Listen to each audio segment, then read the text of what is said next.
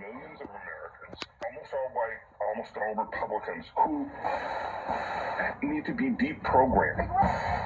It is a purge aimed at legacy Americans. How are we going to really almost deprogram these people who have signed up for the cult of Trump? A purge of inconvenient citizens who vote the wrong way. What someone on my team earlier today called de-Bathification.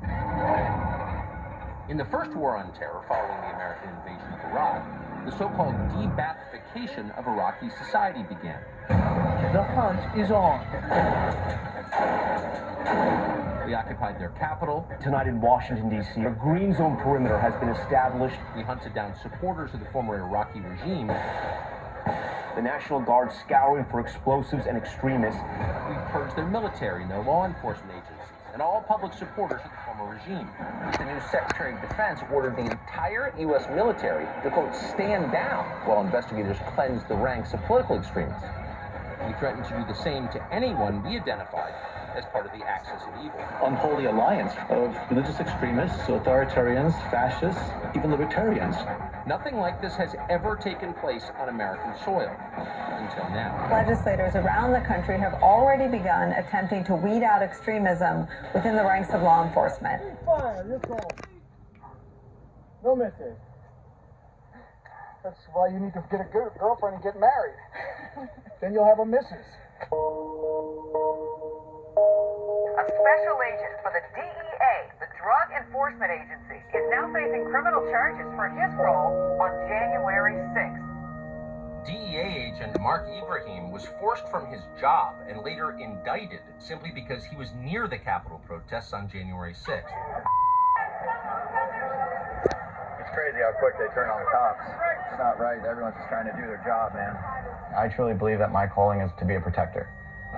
Protector of people who aren't trained or fit or able to protect themselves. I joined the DEA because I really believe that the Drug Enforcement Administration was the premier agency fighting the cartels. The cartels are the largest human traffickers in the world, and I wanted to fight that. Mark's a dedicated, motivated guy.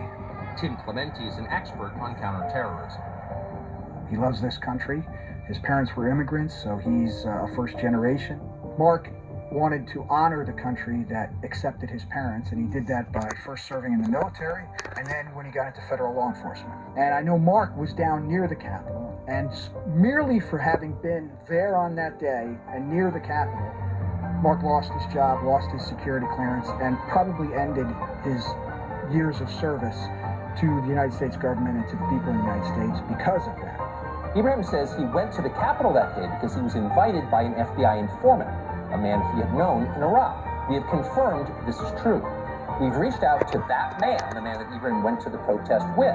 He denies he encouraged anyone to break the law, but that man did confirm that he has been an FBI informant. He confirmed the FBI knew he was at the Capitol that day, and he confirmed he invited Mark Ibrahim to the protest. Ibrahim says that the two of them stood outside the building. The FBI informant turned to him and strongly encouraged him to enter the Capitol building. Ibrahim knew that was illegal, so he refused to do it.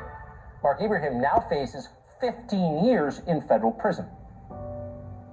They labeled me a domestic terrorist. Like, I just want to see peace and unity because I've seen it in foreign countries between Sunni and Shia, and open violence in the streets. It's a sad and scary thing.